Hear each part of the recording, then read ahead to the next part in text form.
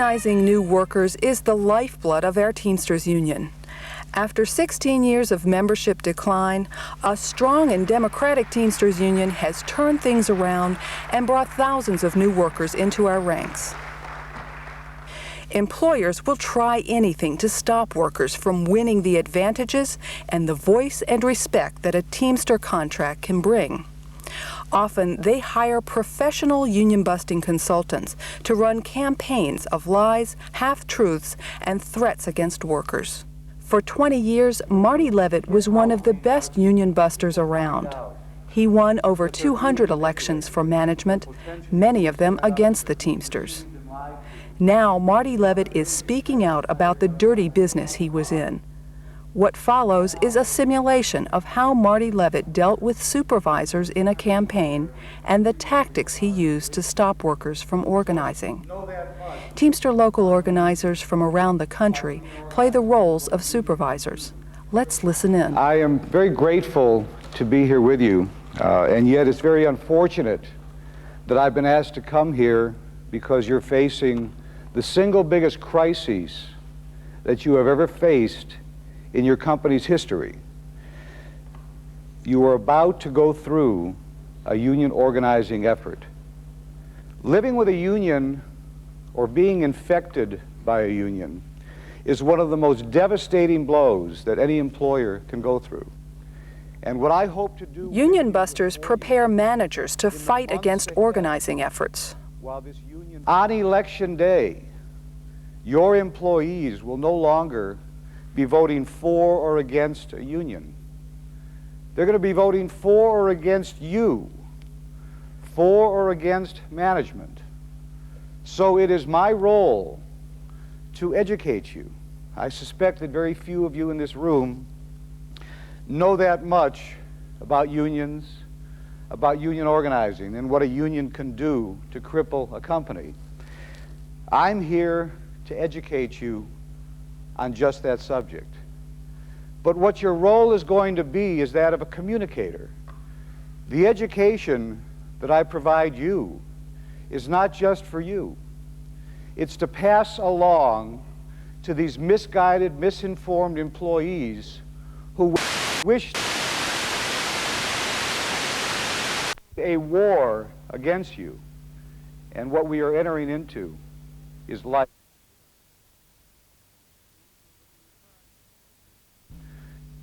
Are there any questions on that before I move ahead?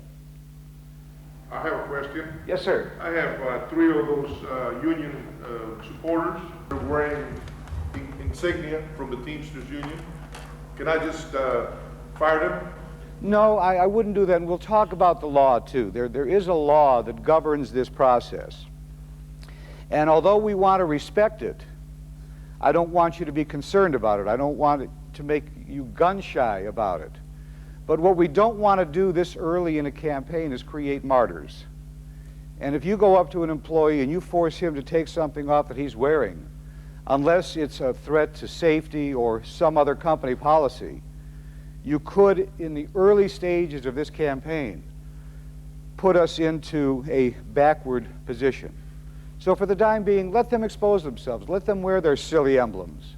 Because by the time we're done with the Teamsters, you know how they wear their horses' heads up?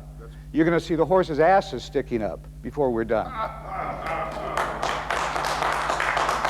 Besides meetings like this, which we're going to be holding on a regular basis, I'm going to be meeting with each and every one of you 2 to 3 times a week, especially those of you who are out on the floor, on a one-on-one basis, where we'll go over all of the employees in your department, what you've discussed with them, what they've said to you, their reaction to the campaign, and you'll be provided with an enormous supply of tools to help you in that communication process. Because you see, this campaign is also, or this war, is also going to come down to a process of different strokes for different folks. And let me explain how that works. The union tries to showcase itself as the pot of gold at the end of the rainbow. As long as there has been union organizing, it's usually a symptom of weakness in management. When people feel that they need to pay a disinterested outside third party to speak for them on behalf of their wages, their benefits, their hours, and their conditions of employment. It means that somewhere they feel they can't do that directly with you. Now, you may be an excellent supervisor. You may have an excellent rapport with your people. But as we go through this campaign, and you re-meet your people, and you're going to do that, you're going to re-meet each of them individually, you're going to go into their innermost feelings. You may find that they have a grudge against you. Or maybe it's not you. Maybe you are supervisor. Maybe it's Paul over here. Maybe he's the boss spelled backwards. And you know what that spells? A double S-O-B. Well, we want to stop being the boss spelled backwards because we have a war to fight. Union busters will question the relevance of unions in today's economy. Okay. I mean, I'm not unions served a great purpose in this country decades ago when they eliminated child labor and they eliminated sweatshops, but they've outlived their usefulness. But yes, sir, what is a union? A union is unity. I mean, my family came up through the union ranks. And yeah, I'm a supervisor now, but I come from a union family. And there's nothing wrong with that. I mean, what the unions have done historically is wonderful. But you worked very hard, Randy, to elevate yourself into management. And I do know that you understand, and you'll understand as this process continues, that in management there is no alternative. And what we send all of you out to communicate to your employees is what you will communicate. Union busters are given broad authority to evaluate managers on their anti-union activities. As a consultant is to assess your performance. And right now, this campaign, as your chairman has told you, is the single #1 priority in your company. So your performance in this campaign is going to be critical to the evaluation of your overall performance. Union is a business, just like we are, except they're in the union business. And what does any business need to survive? And in the union business, where does that money come from? Follow the bouncing ball. Dues, fees, fines, assessments. So this war, in large part, is all about money. See, what this union really wants is not to improve the quality of work life, wages, benefits, hours, conditions of employment. They want to refill and replenish their treasury. Union busters will attempt to undermine the usefulness of shop stewards. Let me tell you what your job would be like if we somehow became infected with this union disease. You're a supervisor, right? You run your department.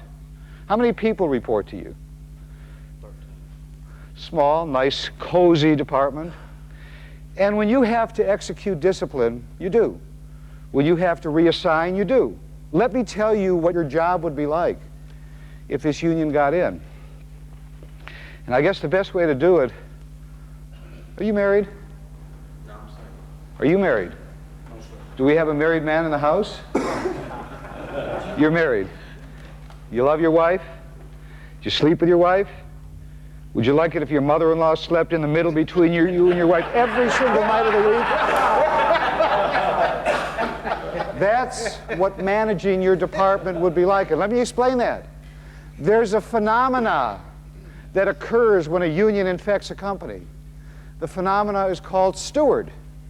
The steward is the only representative allowed in the company to let the employees know they have a union. So the next time that you're disciplining an employee like you're accustomed to doing, from way over there, here comes your mother-in-law, and she's right between you. And you want to know who your steward would be? Just picture the laziest, loudest mouth, most obnoxious employee in your department, and you probably just uncovered your steward. Now how would you feel managing your department? Union busters exert great pressure on managers to convince their employees to vote against the union. Dean, I've been working with you 2 weeks now. You're a real likable guy, and I appreciate your efforts in this campaign. But you know, when I first sat down with you and we started charting your 13 employees, we had about 9 that favored the union, 1 that seemed to favor the company, and 3 that we found undecided. Now, 2 weeks later, even though we haven't had our hearing yet, nothing's changed. And I'm wondering if you're having a problem. I mean, is there something that you need from me to... Well, the problem seems to be that I've got 3, what I'm hearing as committee people, union committee persons, and they seem to be doing a lot of socializing with these people. So I've taken it upon myself to go out and socialize with them, whether it be in the bar or whatever, the pizza shop or whatever. Do these 3 people have more credibility than you do?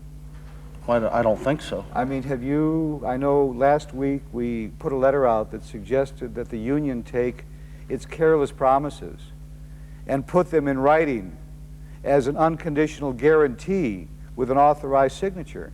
We haven't seen anything from the union. You know, you might want to impose that and impress that on those people who still seem to be leaning the wrong way. Okay. Another problem that I'm having is I'm not really sure what I can and cannot say. Well, Dean, you know, I've spent a lot of time with you, and my instinct tells me that it's none of those things, that you just don't like this campaign, and that you're actually somewhat sympathetic to your employees, and inside you kind of hope that they choose the union. I'm going to give you some assignments. I'm going to tell you what to say to 5 different people in your department, and I'm going to give you 2 days. I'm going to be very generous for you to execute those assignments. And then you're going to come back to this office at 2 o'clock on Wednesday afternoon, and we're going to discuss the conversations that you had with those employees. What I'm not going to tell you, by the way, is that within an hour or 2 after you have those conversations, the plant manager is going to go talk to those same employees. So I'm going to get a real accurate reading, although I'm not going to tell you that yet, on just what you're doing. And then 2 days pass and you come in. All right, Dean, you get a chance to talk to those guys? Yes, I did. All right, what did Billy have to say? Well, he's still holding strong with the union, and you know he understands where we're at, but he really seems to think that the union is telling him the truth. What is he holding on to? What brass ring has he reached for that he thinks he's grabbed? He believes that through negotiations with a contract with the union, he's going to get better wages. Did you show him from that government publication I gave you, the Guide to Basic Law and Procedure under the National Labor Relations Act, the government's definition of collective bargaining? I also showed him the paperwork that you gave me about how some of the unions have gone out of business, and his response to that were, you can print anything on paper. Dean, I feel badly about this, but before you came in here this morning, I talked to Dennis, you know, plant manager, and Dennis went out and talked to some of the same people that I had asked you to talk to. And what we found out was that you hadn't talked to him at all about the union, that you're just trying to slip through the motions. And it's unfortunate because you were told when this campaign started that this was the #1 priority in this company. Now, I don't have authority. All I have is the right to make a recommendation and hope that my recommendations are effective. But I want you to be aware that it's my obligation to go to my client and advise him that you have not been performing up to any standard of acceptance in this campaign. And then the decision will be his. Union busters will create situations to discredit or discourage workers who are strong union supporters. Butch, we got to do something with this Bob. I mean, he's hurting us. You know, we can't seem to turn the corner. And you know and I know that the guy's got a record. You know, maybe it's a while ago, but you know, he's not lily white. We just got some imported tools in that are in your department. They're very expensive tools, very desirable tools. I want to arrange, and I trust you. You've done a hell of a good job in this campaign, and you're going places with this company. I mean, the man knows you're going places. Yes, I believe it. Corporation. We're going to